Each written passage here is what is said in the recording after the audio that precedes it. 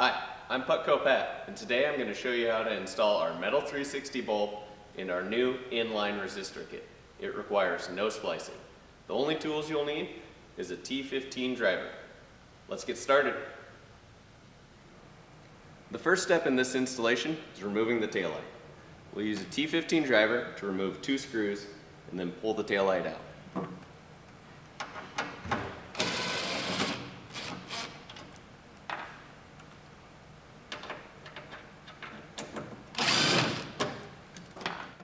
After removing the 2 screws, we'll take the factory taillight out. Make sure you pull straight back when removing it. Remove the factory bulbs by twisting them out.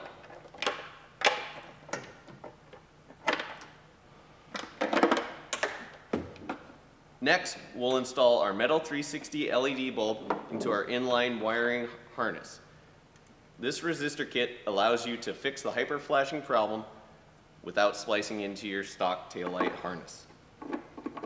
Plug it in and twist it into place. Remove the factory bulb and plug in the inline resistor kit. Repeat the process for the bottom bulb and reassemble.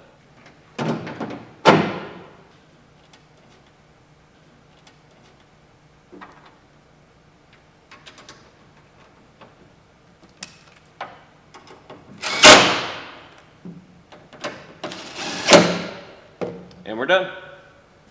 Now that we've installed the metal 360 LED bulbs and the Putco inline resistor kit, you can see that we don't have any hyperflashing and we didn't even have to cut into the factory wiring harness.